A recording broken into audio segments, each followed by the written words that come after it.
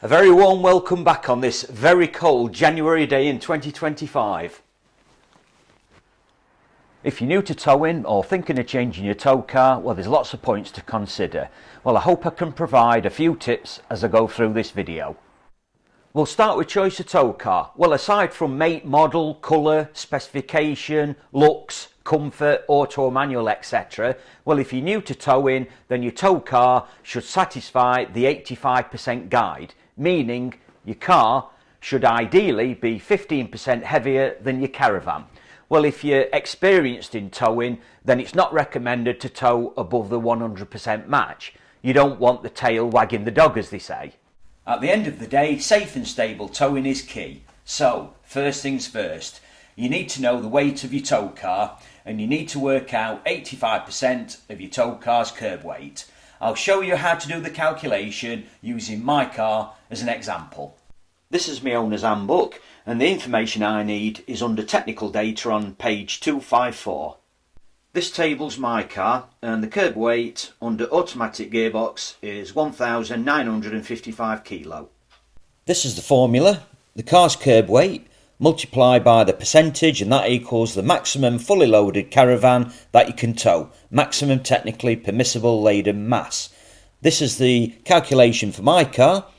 The curb weight is 1,955 kilos multiplied by 0.85, which is the percentage, and that equals a maximum fully loaded caravan of 1,662 kilo that I can tow at 85%. Using our Bailey Olympus as an example, this caravan weighs 1,300 kilos when it's fully loaded. The correct term is MTPLM, which is an abbreviation for maximum technically permissible laden mass, and I'll show you that on the weight plate. Here's the MTPLM, maximum weight fully loaded 1,300 kilos.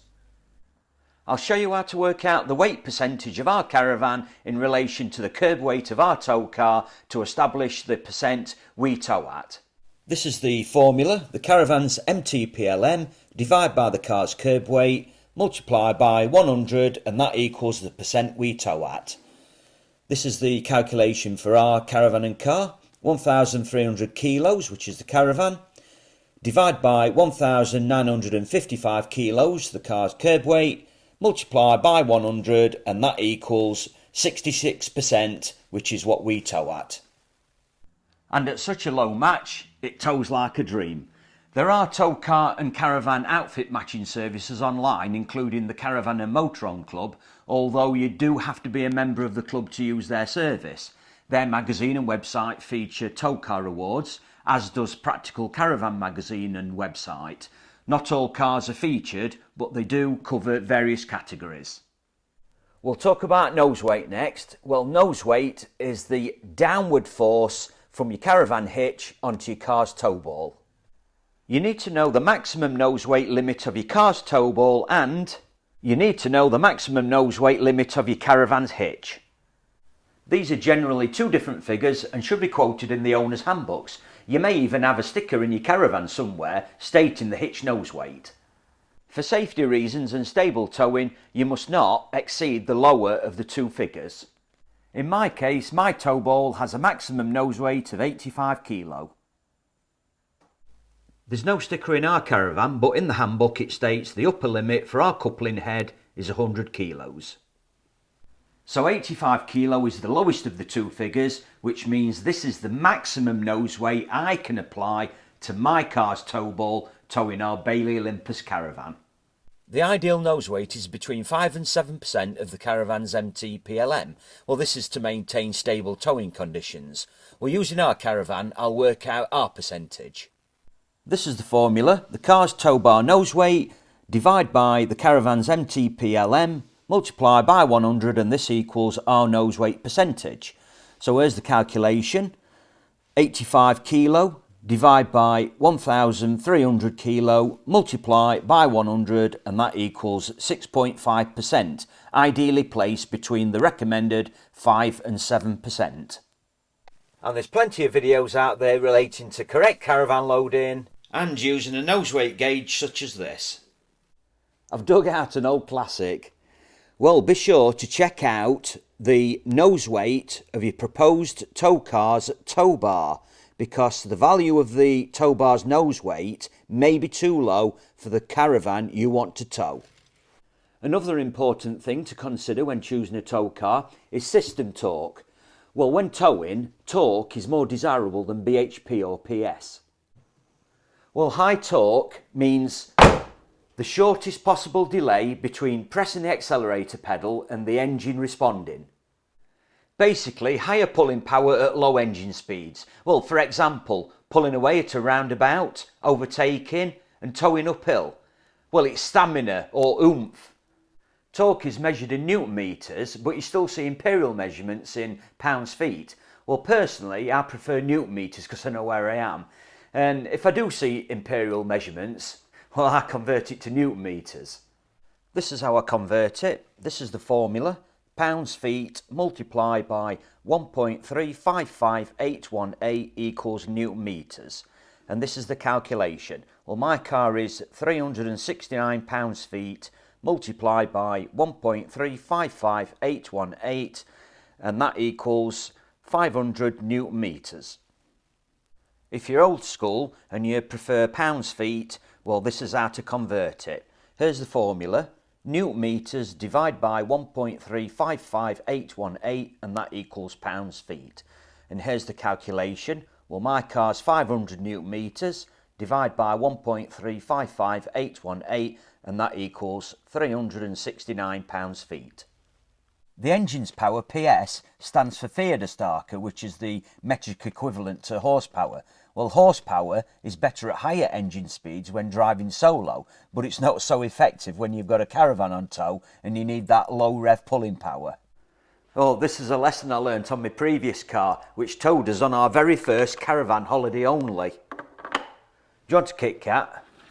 Please. It was a 19-year-old Ford Granada Scorpio, 2.9 litre, 24 valve Cosworth petrol engine. Oh, that's nice, really Kit Katty. Well, it had a 195 PS engine, 275 newton meters of torque, but it did labour when towing uphill. I'll show you the system torque difference between the Granada and the Audi I've got now. So the Granada had 275 newton meters at 4,500 revs per minute, and my Audi has 500 newton meters at 1,750 revs per minute. So you can clearly see more pulling power at lower engine speeds, and the Audi only has 45 PS more than the Granada. We'll talk about tow bars and tow bar electrics next. Haircut and a change of clothes later. Yeah, tow bars come as fixed, detachable, folding with manual release like mine. I simply pull and turn this. This is it in action.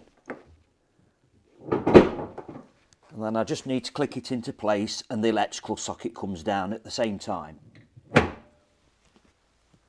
Or they can be folding with electric release, like on Sandra's Volvo we featured in our Goodley Hill Caravan Club CL video, or fully electrically folding, like on Sean's Audi Q7 we featured in our Carsington Caravan and Motorhome Club video.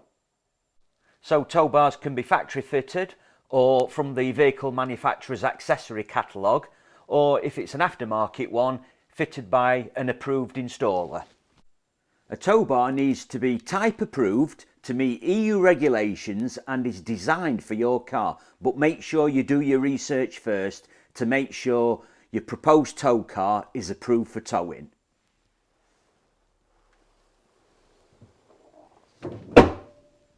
I'll quote you what it says on the Skoda website, but I'm not sure if this information only applies to Skoda. This is an online Skoda brochure and it says, please note, if a tow bar or tow bar preparation is not fitted on the car, the VIN plate may not show any towing weights and the car will never be eligible for towing.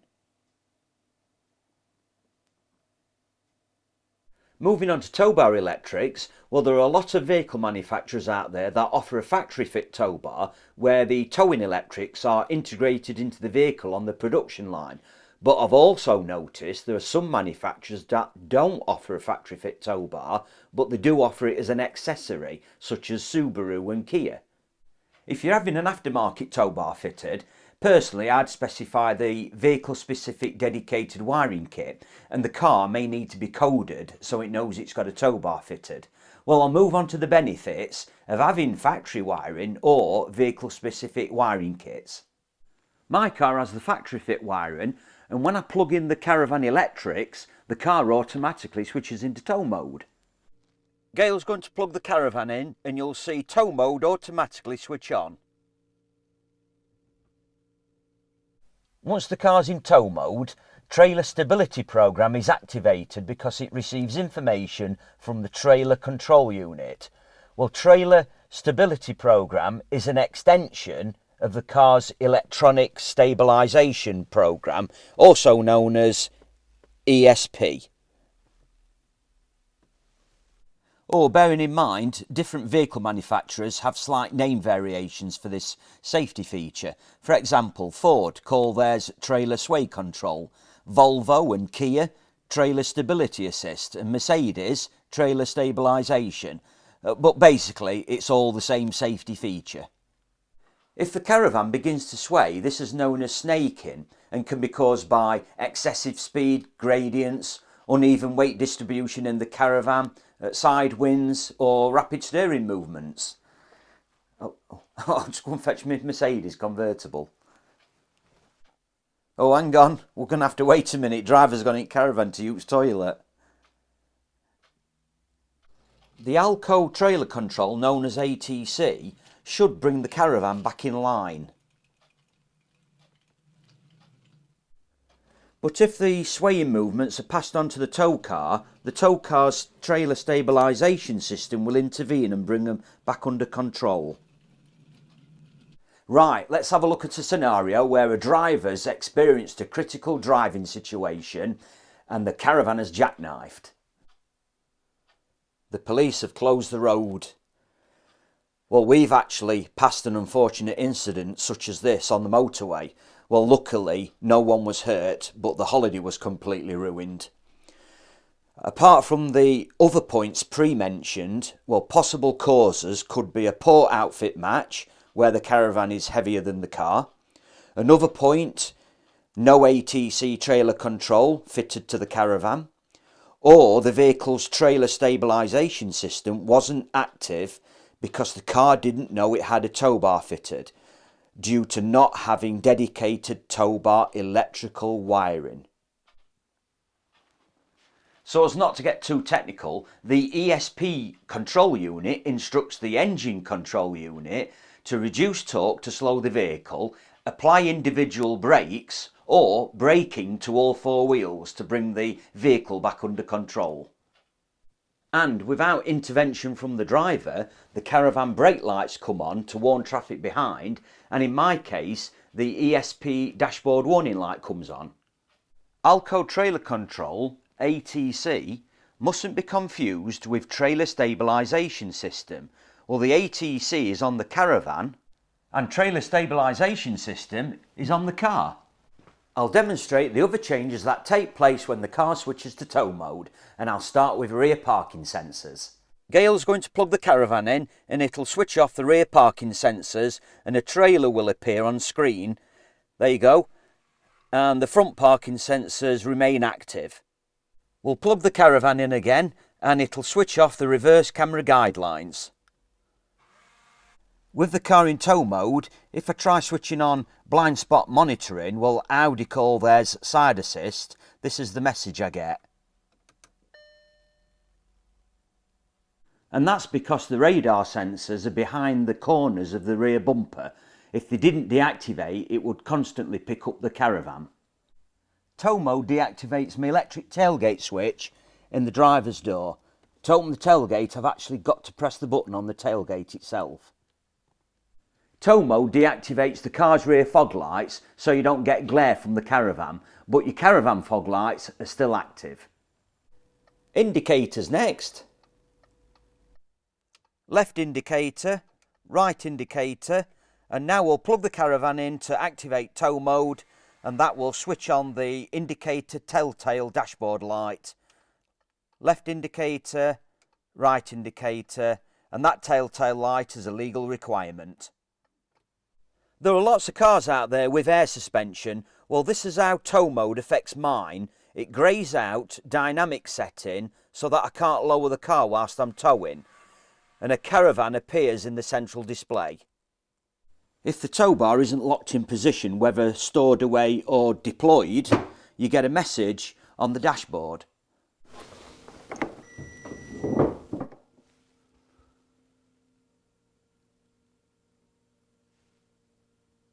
Other features that are disabled, if your car has them, well mine hasn't, are park assist self-parking, engine stop-start system and rear cross traffic alert. And finally, because I've got the correct tow bar wiring, I know that when I'm not towing but my tow bar's in place, the rear parking sensors continuous tone come on earlier, allowing for that extra length at the rear of the car. And that's because the parking system control unit knows it has a tow bar fitted. Tyre pressures next. Well, my car's handbook instructs me to increase the tyre pressures to full load when towing. The tyre pressure information that I need is on this label here on the door pillar.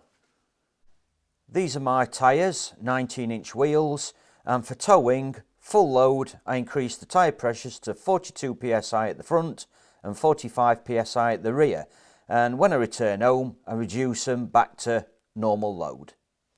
If you have a tyre pressure monitoring system, don't forget to store the new values every time you adjust the tyre pressures.